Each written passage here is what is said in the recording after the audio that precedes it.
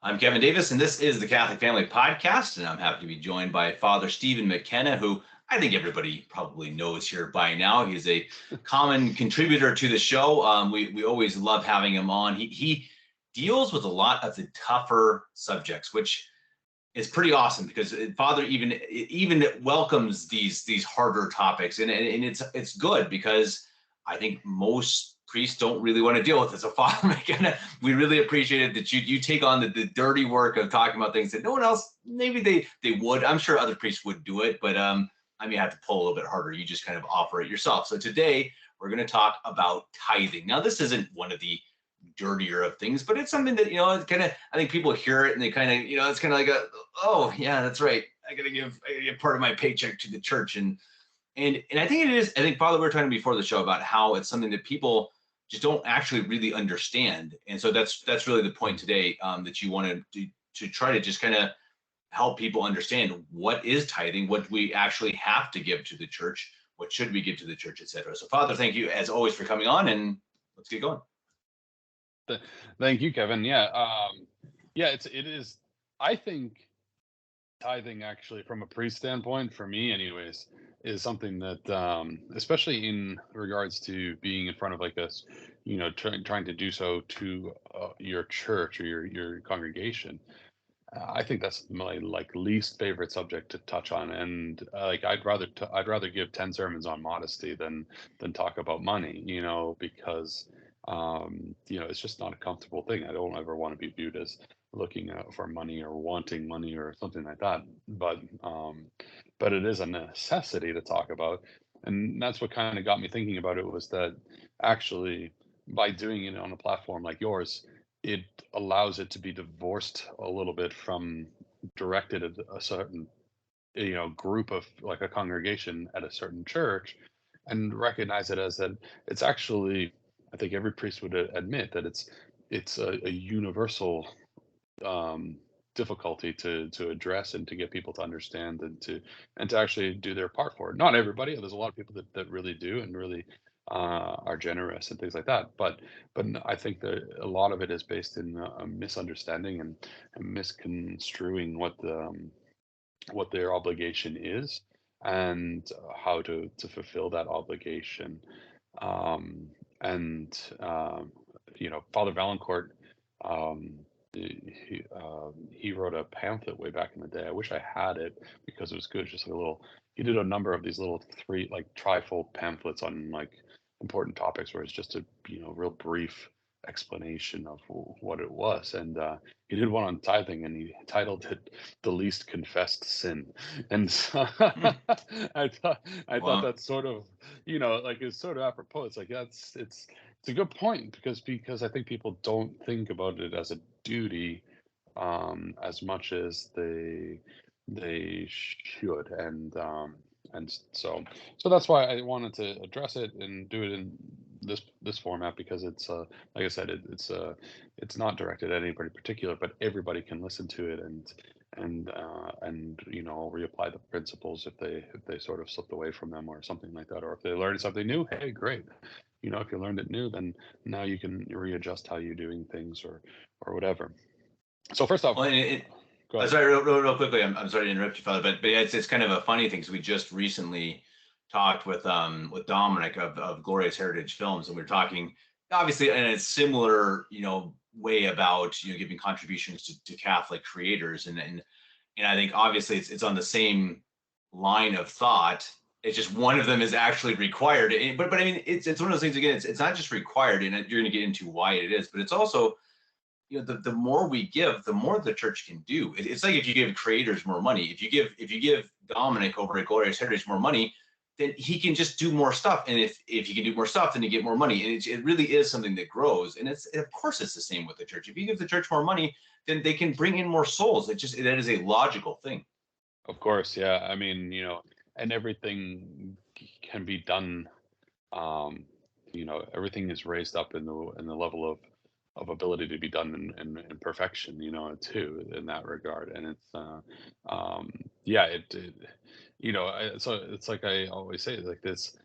There's so many parallels between working in business and running churches or in missions and things like that, that sometimes it's a little frustrating because it's like it almost sounds like dirty because it's like it is, you just, like so much is based around what can be afforded and what can, what can be contributed and what can, and you hate to like to think about things in that way, but it's a fact of life, like if you can't, if a place can't afford to get you there, then how are you going to be able to, do that? If a priest doesn't have the ability to have a reliable car or be able to get on a plane or be able to have reliable, access to decent food and things like that, like, um, how are you going to, he needs to be able to support himself. He can't, you can't have your priest working, a 9 to 5 and then showing up on Sunday. Like that's not, he's meant to be totally devoted to the church and to the work of the church and to the prayers of the church and to the sacraments and the good of souls and everything like that. So you really, it really is incumbent upon the faithful to support the priest, the church, everything along those lines. And it actually is, that part of it is part of the natural law. That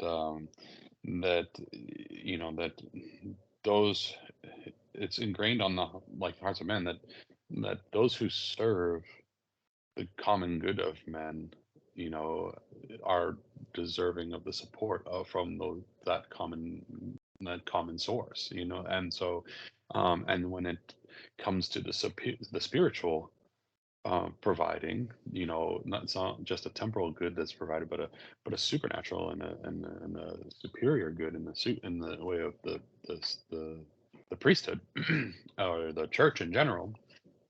um, then it is even more incumbent on people to be supportive because this is not just what is taking care of your, you know your sickness or your, common goods of life, but this is the thing that's going to help you get to heaven, and that's the normal means of accessing grace by the sacraments and everything. And so as St. Paul says, when when he's talking about the bishops and priests going out to preach and everything, that they have a right to expect a support to come to them. Every labor is worth his hire, as St. Paul speaks of it, and that's what he's specifically talking about.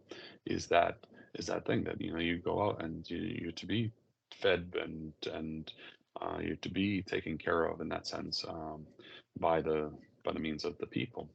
We also see that that connection to the old law, and the fact that it supersedes tithe, like this idea of giving first fruits goes all the way back to you know to the beginning of man, that we see this idea of giving to God, in the way of Cain and Abel, that the first fruits were acceptable from Abel, but the not giving of the first fruits from Cain was rejected by God. And then as time went on and the laws of the Mosaic law came along, and the Israelites were formed up and the public worship was put together, then later on that became a law of tithing, which was literally a 10% of everything. And it was, and then you have to remember, like, our understanding of modern financing is just that, like, it is very modern. The idea of, like, everything we do we pay for with money, that's a very modern construct in the world. Before that, a lot was done with goods, and sometimes life was, and a lot of times, oftentimes life was completely subsistent upon goods. So it was, with the Jews and everything, it was, not only like the first the 10% of monetary, but it was more importantly the 10% of of livestock and crops and things like that, that you know were given to the support of the temple and the priests in the temple. And so that idea of that 10%, that's where the term tithe comes from, and that's where it gets passed on to us, the tenth idea. And And then over time, when Christianity came, when our Lord came, uh, and the Catholic Church came to be, the idea of the Mosaic law, the ceremonial law, ceased, but the aspects of the natural law continued. So that's why the and that distinction is important to understand, because it's why we are now allowed to eat, animals with cloven hooves, you know what I mean, and things like that. You can eat your pig because the ceremonial law of the Old Testament no longer applies. However, the natural law, the laws of God, do apply. So that's why we still have to follow the Ten Commandments, because those things were not part of the ceremonial law; they were part of the natural law. Um, Tithing is a weird one because it was in both categories essentially. The idea that you had to give 10% of everything on like and have an accounting rendered for that was ceremonial law. But the natural understanding that you had to give a portion of your own substance to be able to support the ministers of God and the common good, the common work of the church, um, that remained. And so, because that's on the natural law side of things, that's a point of justice. That service for your soul is being provided. And so, as a point of justice, it is only right that those who are recipients of it are contributors to its maintenance and its continuance. And so which is where things start getting kind of muddy for us in terms of what does the church say you have to do in the way of tithing?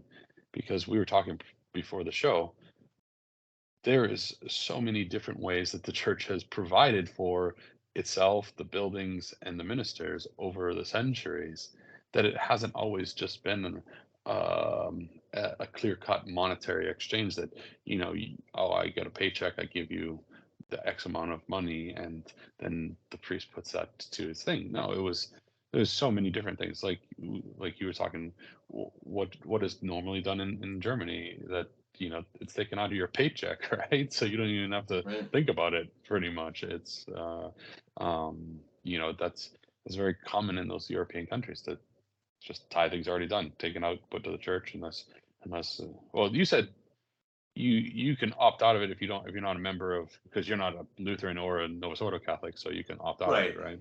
Exactly. But you can, but they make it kind of hard. Like they give you the two options, and then a little tiny down at the corner, there's that you opt out things that you have to know what to look for. You have to know that it's there. But I think a huge percentage of the population pay one or the other. Yeah. And so yeah, and exactly, and they've done it for years. I couldn't tell you how long, but because of that, I was just talking with my priest here, and he was saying that is actually an issue, that because of that, it means that the people, they're just used to that. They don't think about it, that, oh yeah, that's right.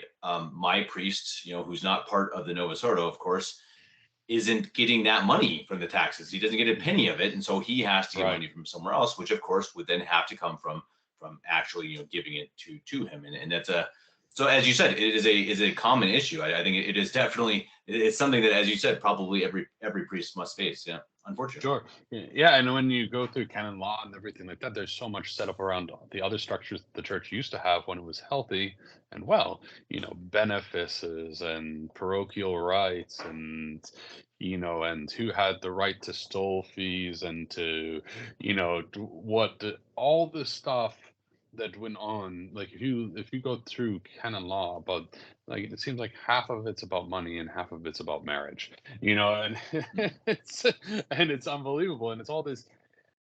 A lot of the money stuff doesn't really apply anymore because we don't have benefices and stole fees and all this other, like parochial territories and everything like that.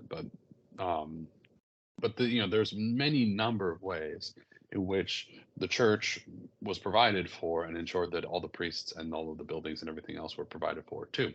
Now, that ultimately is one way or another came out of the the hands of the faithful. You know what I mean? That it has to come from somewhere. And so whether it came from the hands of the faithful by them directly giving to some one thing or another, or it came from the hands of the faithful by having it taken out of their checks, or if it came from the hands of the faithful by way of the government, if it was a Catholic country and the government subsidizing some of the cost to pay for the, whatever it was to support the church, one way or another, it was all, taken care of in this way. And, but which leads us ultimately to now where we have none of those structures left. And so what does it boil down to is the understanding that that obligation of providing still remains, and it has to come directly just from your free will donation to the church. There's a moral obligation with it. And now the question is like, well, always is how much, Father? That's the next thing. And I think that we should think about the reality that while it doesn't strictly bind to have a percentage on there, well, why not just shoot for, if you can afford to give 10%, why not do so? Like set aside that 10% right there to support. That should be sort of the ideal. If that was always sort of the measuring stick in your past, and at times, then why wouldn't, then it should be sort of like our goal there. However, we also understand that not everybody's able to contribute 10%. It's not possible for everybody. Sometimes I think people make the excuse that they can't, because it's, when you think about it, um, if I, let's just say, you know, let's say I had a family and I made $100,000 in a year. That's a decent living wage. That's a good chunk of money. You know, would I be able to support my family on $90,000 a year? Yeah, that's most likely not going to be, you know, that. I mean, it'd be nice to have the extra $10,000, of course, but that you're giving it to the source of sanctification for your souls. So like that's an important reality to that. So making to kind of taking the step back, looking at it and saying, okay, what is that percent? Now, other people aren't going to be able to say like, yeah, I have 10% of income that I can just easily give in that way. Okay, fine. But everybody still has to do their part. So what percentage can you give? And I think that's an important way that people need to look at it. And to be honest with themselves, like if I can't give 10%, can I do 7%? Can I do 5%? I think if you talk to priests across the land that even if everybody just did 7% or 5%, a lot of the financial difficulties that, trad churches have in operating would go away pretty quickly. It really would. We can do a lot with not too much, and a lot of hands make light work. And so if everybody's doing their part, then it becomes a lot lighter of a burden. But the what is necessary is you need to take that off the top to figure out right away, like what can I contribute, and then give in that way. um, and be generous. Like I said, it's not, we're not trying to make you go broke. We're not trying to affect you so you can't survive or live, and things like that. No, of course not. But we also need to survive and live and do these things and be able to build up, chapel and do whatever we need to. And you know, we've I mean, I can speak knowingly that which means that probably every priest out there can, to some degree, we've all been part of, well, probably almost all of us have been part of chapels where, you know, it's going, you're keeping the lights on almost week to week, or, and, um, we used to, and, then sometimes things get better and sometimes things aren't or whatever, but it's like, we definitely didn't get in this for the money. I've never, it's not like I get paid really or anything like that, but to be able to live and to support is a necessary thing and rightful to be expected, and also the support of the divine service. All that stuff costs money. Candles and altar wine and bread and decorations and proper accoutrements and maintenance of and obtaining church goods, vestments and chalices and whatever. And none of those things should be skimped out on. Like these are things that are for divine worship. Why would I? It's like I remember. Oh, I forget who. I forget who this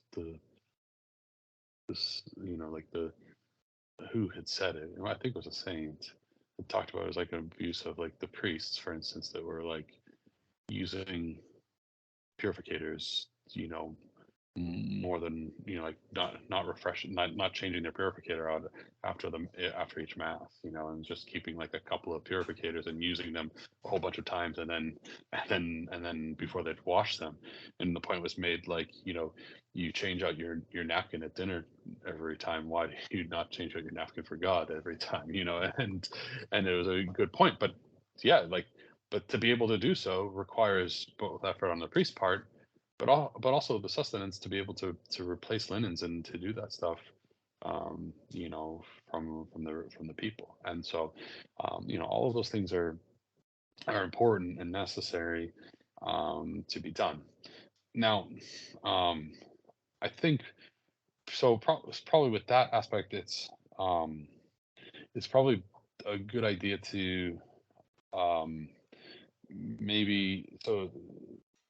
Well, like, yeah. So take time, step back, see if you can contribute 10%, and if you can't, pick a realistic percentage that you can donate, that you can give, and set that as your, okay. Every paycheck I come in, I set aside that money first, and then I continue on with it afterwards. I put the first fruits to the church in that way, so that and that way you don't have to ever worry about failing in your duty to do so, because you've actually set it aside, and you've done that, at the first outset. So it's not like, oh well, I forgot to put this away. So again, if everybody does that, I think a lot of the woes of chapels go away. Now. And sorry, real quick, But Father, would you say that it's the same for people in a mission church? I mean, obviously, there's many of these mission churches that are not getting mass every Sunday. So I imagine people are yeah, thinking, I mean, I would probably think the same. Okay, I'm not there every Sunday, or maybe once a month, whatever it is. Are they paying the same amount? Are they paying a percentage of that? Or I mean, I know these are yeah, yeah. So non-perfect that's answers, but what would you say? no, that's a perfect segue, because what I was going to say was, let's get into some of the commonly asked questions or bugaboo points, or hangups in that regard, or nuances of what we live in. And the missions is a huge one, because the missions, I think, if you're fortunate enough to live at a place that has a proper chapel, usually things are like, if you lived here at St. Gertrude's, for instance, you're here every week. And so it makes sense that you contribute every week. And also, we provide, 52 envelopes for every family that is here. So at the beginning of the year, so you have those envelopes to know, like, okay, this is my tithing. And so I put it in the envelope, and I put it in the basket. And by having that envelope that we've got made for the parishioners, it actually makes it so we can also be able to uh, provide letters for tax purposes Mhm. afterwards, and the write-offs and everything like that. So all of that's like really great, and so it makes it a lot easier for people living at the church. Not that there aren't some aren't that could be doing better with it. I'm sure there are, but in a church situation, it's much easier. Mission situation, it's much harder to figure out what you're supposed to do, but because you want to But the idea is you have to treat your mission truly as you would treat it if it was your church. So if you get mass every 2 weeks or every month or whatever, you're not paying for the mass. You're supporting the clergy and the mission and everything that is. You have to remember, if you're in a mission, you have a lot. If you're in a mission situation where there's not a lot of people, you have you have a lot of the same expenses, and you have less hands to break that divide that up in, and you have some expenses that are particular to that mission. A lot of times, I mean, like here, I mean, especially to us serving the United States, you know, airfare costs money, gas to travel, renting a car, all these, staying in a hotel, food while you're on the road, all of these things cost money, like, it's, you can't drive around you can't fly around the country with a grocery store attached to you and a stove, like, so a lot of times you end up having to eat out to get food, or you have to, and believe me, we try to balance it out by not, like, not abusing the system, but also not eating garbage. Like, you want us to live longer than 40 years, so you don't want us to just be eating trash either. So it's, like, trying to find that good balance between those things is important. But also, a lot of times you have rent that, for a place, you have a, or where you're going to have mass said, you still have altar wine and candles and everything. And yeah, that's probably a small percentage of it, but you also are responsible to help support your priest that comes there.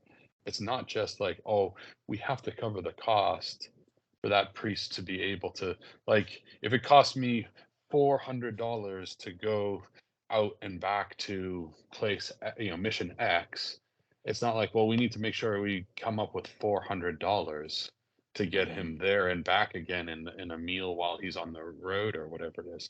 No, that's your priest. You also have to support him in life and in general. Like, he needs to, he's going out of his way to take care of you.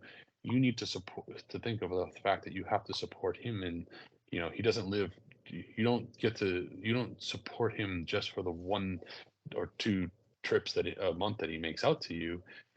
He's still working for you when he's at a different mission or at his home or whatever, because guess what, you can pick up the phone and call him. You can send him a text message. You can write him an email. You can ask him questions. You can, he'll help you with your problems. He'll still, and he's praying for you every single day, and he's doing all, like, the work of the church.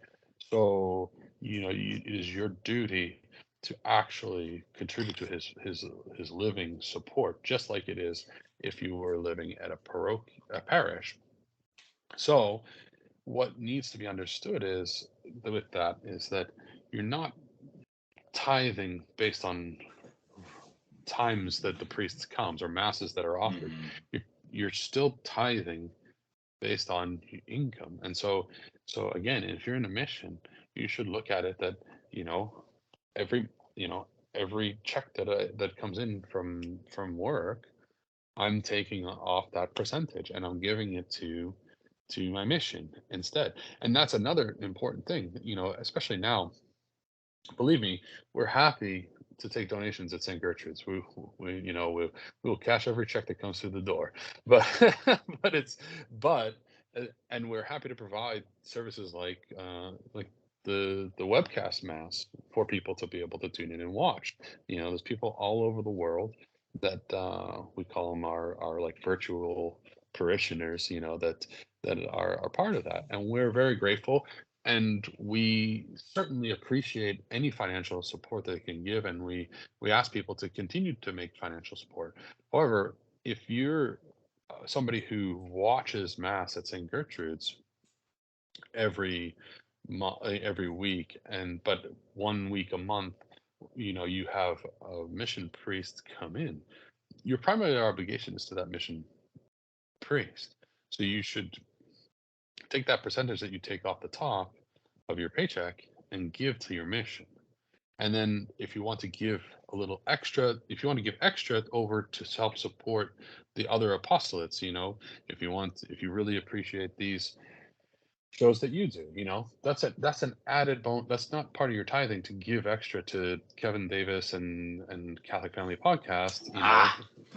It's but it's something that people should do. People should contribute. What I mean, if you can, because you know what, like you said, the more people contribute, the better, equipment and more things you can do, and the more frequency you can do them with, and more liberty do you have to function in that way. So that's great. Same thing with like people who tune in from the webcast. If that's your only means of attending mass, you don't have a mass that comes to you, or maybe it's like once a year or a couple times a year or something like that, then yeah, you should probably consider yourself a true web parishioner and tithe in that way. But if you have a regular mission that has regular expenses, rent and airfare and or car fare, and supporting a priest, and like that priest is regular coming, then that should be the focus of your tithing. Then you should be giving your tithing there, and then that way that all the not only the needs are met, but the support of the priest is done. And then that that mission account can write out a check to the for us it'd be, that mission account can then write out a check to St. Gertrude's for the common support of the priest. That should be a regular thing that a mission is able to do. That they're able to write a check out for a month, a monthly check or something like that, for the continued support of the priests that serviced them from that church. And if you are, so in a way, especially if you're generous to that source, that priest that's going, then then in a way you are going to be supporting them regardless of which direction you put it into. But at least you're making sure that where you have mass, you're taking care of your own bed first, and then and then moving on from there. And so I think that's really, really important. Missions cost a lot of money to run and to run properly, and that priest's efforts and time and coming out there and everything, he's not really paid for in any way, shape, or form. But he does need to be able to go there. He does want a place to be at. And it's like I always say, if you're in a mission, most people who are in a mission can say like, okay, well, we are able to have mass here at this house, or in this rented space, or in this hotel, or something like that.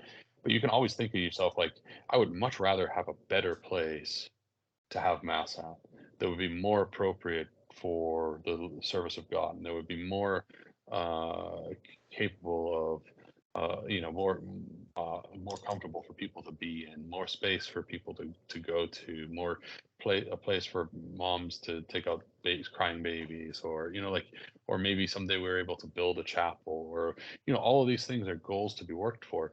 And if you're not in the black, you're not going to be able to do those things. And moreover, it is something that these things should be worked for, done, and supported well. And like I said, that priest who services you with a regular mission, that is your parish, and that's an important thing to think about. I think another hang up, I guess it would be, or bugaboo question for tithing would also be, or an area where people really get confused about, is what to do if you're traveling. So that's something that like people don't always think about. But let's say, well, Kevin, I know that wasn't too long ago. It's the winter time, right, when you were able to go back to Colorado and visit family and things like that, and you were traveling during that time. So you would have been away from where you normally attend mass, and you would have been attending mass in Colorado at whatever the name of the church is. Insert church name here in Colorado, and everything like that. So the natural inclination is that you give money to where you're going, but that's also not true. So your obligation actually is to either send money back to your home parish in Germany, or to just, when you come back, make up for the time lost that you were away. Because again, Hmm. everything about running a church or running a mission or running a chapel, you make decisions based on what you see in a regular coming in of there. Right. And if all of a sudden you decide to take a 3-week holiday or a month-long holiday out of the country, you know, and that chapel has the mindset like, okay, well, I can expect this amount of money to come in, and all of a sudden it's not there and it's going to a different location. Well, sometimes that can be like really detrimental. Like I said, it may not be the case in your chapel, it may not be the case in my chapel or whatever it may be, but most priests have at least been in situations where like the r- the the monies are very tight and very difficult to get by, and you have to be careful about those things. And all of a sudden, if one family disappears for an extended period of time, if they're not conscious of like making sure to get that break over it, that creates actual hardship on a place, and especially if things are tight. And so while you're grateful for people for visiting a place, and again, you view it as an extra, if you can still give money to that place, but don't take it out of or at least not substantially take it out of your regular tithing.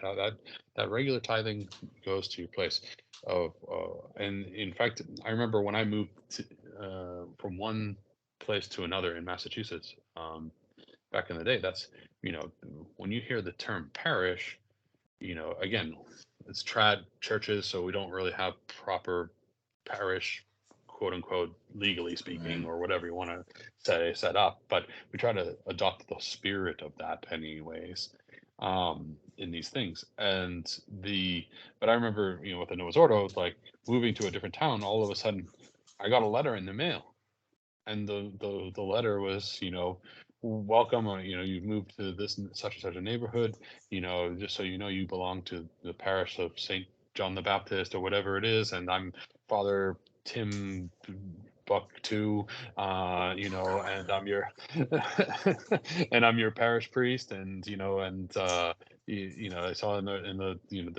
and so this is what, yeah, like some of the information about the church and everything like that. The reason that they did that is because that's how parishes always typically worked, was that it was geographical. You didn't, Hmm. and so it was, if you belonged to a parish, yeah, you could travel and go visit family somewhere, but you still had to send your check back to your parish, and to support it in that way, because that was actually like legally, or like from a church law type of thing, like your responsibility. Now again, like I said, we don't have the legal parameters of that, but the spirit of it, we want to keep the spirit of the church, we want to keep the spirit of how we do things. um, that's another really important part of it. um, I think another good question that oftentimes comes up is, what happens if you really are poor and you don't really have much money at all to give, or something like that? Well, that's a legitimate thing that legitimately happens. But think about what you can give, so perhaps you're very poor and you can't financially contribute. Things are so tight that you can either contribute just a little bit, or things, or nothing at all, because you really are in a state of poverty. Well, that's fine, but maybe you are able to um maybe you are able to contribute in a way of offering services. Maybe you're able to iron linens for the priest. Maybe you're able to you know take take care of some of the garden or outside or something, to volunteer to do some cooking for him. You can't really afford to do much, But I mean, I know here that if somebody came to us at St. Gertrude's and said, I'm really poor and I don't really know what to do, you know, I could cook for you a meal for you guys once or twice a week, but I can't even afford to get food for you. I would happily reimburse them for going shopping for the benefit of not having to also shop for that stuff myself, prepare it myself, cook it myself, do all like to get the time back. I you know I don't I'd happily give them money to go to the shopping if they were willing to put in the effort of preparing the meal and doing that. Like there's ways for people to help, a myriad of different ways for people to help out their parish, help out their priest, and little things here and there by offering your time and your services that if you can't that you can't financially tithe is a good way to at least be giving of some way to that, and having that same spirit of generosity in those things. And like I said, like on the one hand, I don't want to make it sound like um, that's a thing that everybody can kind of like, well, I'm just not going to tithe. I'm just going to like, I'll cook a meal once a week or something, once a month or whatever it is. But, and I think people understand that obviously, but it is like, it also is necessary to understand. There are definitely people out there that are just hard on luck, or, or just financially not stable, or there's areas where there's missions where the whole entire demographic is largely poor, but like how can how are those people able to support their clergy? Maybe most of the support is by means of labor and food and things like that, but this is the myriad of different ways you can do it, but that if you're not able to financially contribute, you can still be part of that support of the clergy. And we want to have that mindset, the mindset of we have an obligation to support the church, support the clergy serving the church, and provide for them in that way. And so we do so by these means. So yeah, so that's, I think, another one of the bigger tithing type of questions that comes up is, what if somebody really truly is poor? And so yeah. It's interesting. Someone just recently mentioned that people, it may have been again on that show with Dominic, I forget, but that people don't feel like they want to spend money. How do I say this correctly? That there's something strange when people think that they don't have to pay for something that is dealing with God, I suppose. They think, okay, if it's godly or at church or whatever, that there's just strangely like a modern mindset of, well, that should be given to us, right? I mean, because it's from the church, right? And I forget what conversation I was having, but I think it's fairly true. It's kind of like, well, oh yeah, we have this. The priests are there for us. I mean, that's their job. That of course they're there for us. The sisters are there to teach us, and Yeah. the church is there for us to go. And it's like, well, yeah, but I mean, it's like, I think you say that a lot in society these days. Well, this stuff is just given to us by the government, right? Well, no. You pay for it, or your kids will, or your grandkids Yeah. will. I mean, how we're going right now, Yeah. money doesn't just things just don't happen. Someone has to No. pay for it, and that someone is you. And so, of course, it's Yeah. the same with the church, and it's something that if you want things to be done, you have to give money, and it makes sense. Yeah, and again, like it's sort of like, well, the same idea what we talk about when we remember when we were talking about you know like stipend for the priest for like a wedding and things like that, like, or not doing like the big, you know, giant like bridezilla wedding party and things like that. Um, and when I had made mention of like what how much do you spend on a DJ versus how much do you spend in giving a tithe or stipend to the priest, or how much did you spend on that 14 tiered cake level, or whatever it is, or Right. open bar for all of your attendees, or uh, finest of the fine. And then the reality is that the short shiv ends up going towards the church, and that's not right, obviously. The same thing in just with tithing in general. How much, take a step back on things that are truly not necessary and luxury and everything, and nobody begrudges people doing that. but it's too often times there's a lot of times where it's like, well, I don't, 10% is, or 8% or 7, whatever. That's, I really can only give a little bit of money because things are tight these days. And then, they're off, to the amusement park, going on roller coasters every, a few times every summer, and then they're off,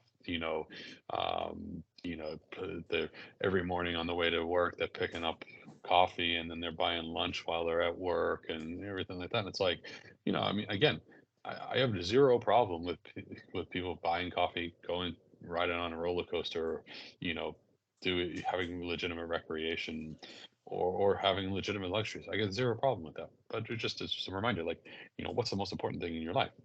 And hopefully it's the sacraments. Hopefully it's the mass and the sacraments, and the services for your soul. And so take that out first, and then let everything follow afterwards. And then things should work out all right. And for everybody. And it just takes a little bit of concentration and effort in doing that. And it's and that's the important part about it. It's is to focus in that way of, and again, if it's a mission, that don't if you're in a mission, don't go spreading donations.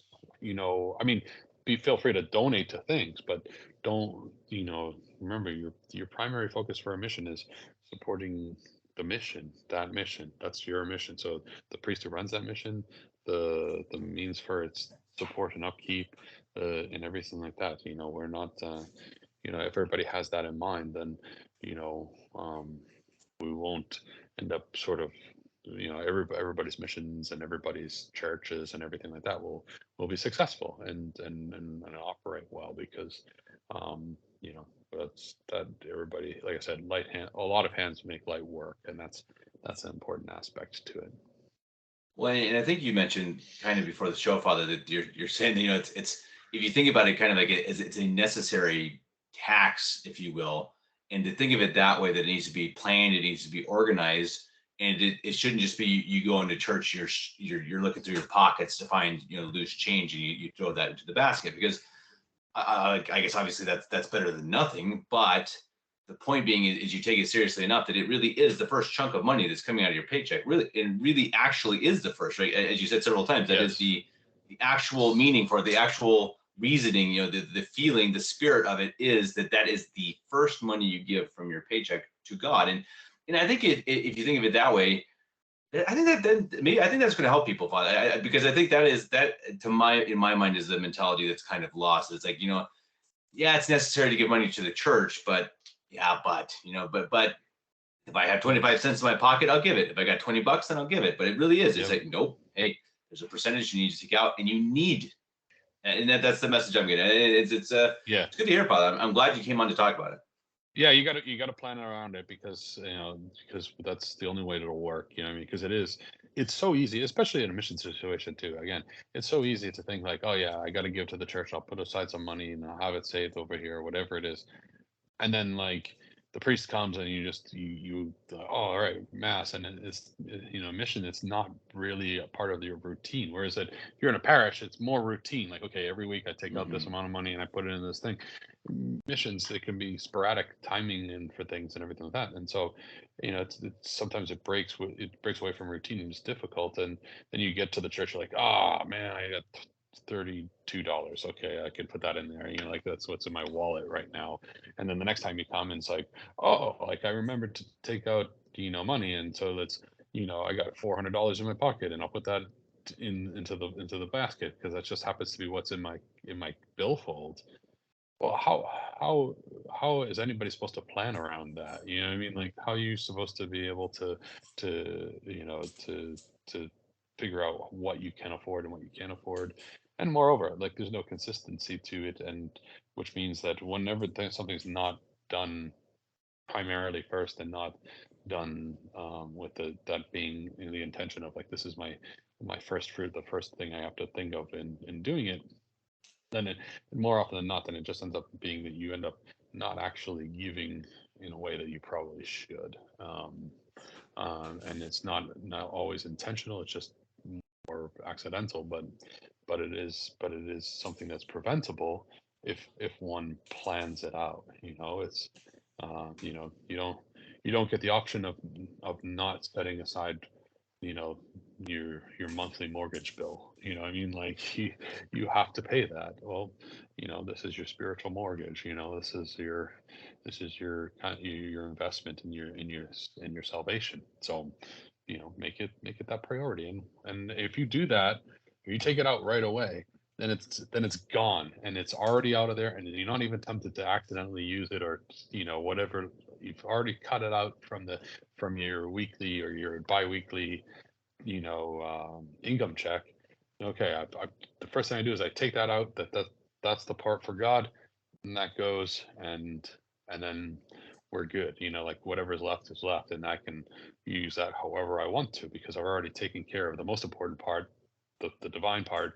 Now I can use the rest of that for whatever means I want to use it for. I can, I can go hot air ballooning if I wanted to, what like, whatever you want to do. Who cares? You've taken care of God first, and go ahead. You can ride as many hot air balloons as you want to. Like, that's good for you. So that's an important realization. It actually does create a lot of liberty in that way if you just take it off the top, do it. And nowadays, most of your most of your parishes, or even the missions or whatever, if you have trouble with it, you can set up an auto pay thing, probably through a digital means, to do that on auto transfer. If you have a regular income that pretty much what you make most average weeks and stuff like that, well, then just have it set up to go direct to transfer and to auto pay, and then you don't even have to think about it at all. It just automatically does it, and you get all the credit for it. So and so there's many ways to do it. So it's just, but to actually prioritize it and do it is the thing that is the most important aspect to it. Perfect. Well, Father, as we wrap up, I think that there's one thing that really stuck out with me, how you said that even though we don't officially legally have parishes, and we're missing a lot of these canonical laws because the church has gone amok, but we still have to live in that spirit, and that's the point, and that we are Catholics. And I think we really have to make sure that we don't get into this mindset of we are sede vacantes, thus, well, the rules were the rules, now Yeah. we're just going to we're going to wing it. And I think it is an easy thing to fall into. It's well, yeah, that's how it used to be, but no, we are the Catholic Church, and yeah, sure, the structures have gone, but as you say, the spirit is still there. And I think that's something that if everyone hears that from this, I think that hopefully the baskets will be a little bit fuller in the parishes in the coming weeks. And as always, Father, we greatly appreciate you coming on, and we really again appreciate you handling the dirty work, because I know very well this is not something that you want to talk about. You don't want to discuss money, and I fully understand that, but it's important, and we appreciate you coming on to do it. Yeah, I feel like all of the parishioners will be like, will sigh and go, all right, and all the priests will be like, thanks, Father. Exactly. Father's got a group chat with all the priests that are just like, yeah, Father. No, absolutely, no, it's good. It's good stuff, Father. And until next time, when we have some difficult conversation to bring up, if it's we've already talked about tithing, we've talked about overspending on weddings and stuff. So you're always dealing with stuff that is just pleasant and lovely. One of these days, we'll give you a nice topic one of these days, Father. I promise you. But maybe next time we'll have to see what it is. I also took on modern philosophy too, so I mean that's a dirty topic on top of it. That is very true. Whew. Father, I don't know what we'd do without you. I appreciate you as always, and until next time, God bless. God bless you too.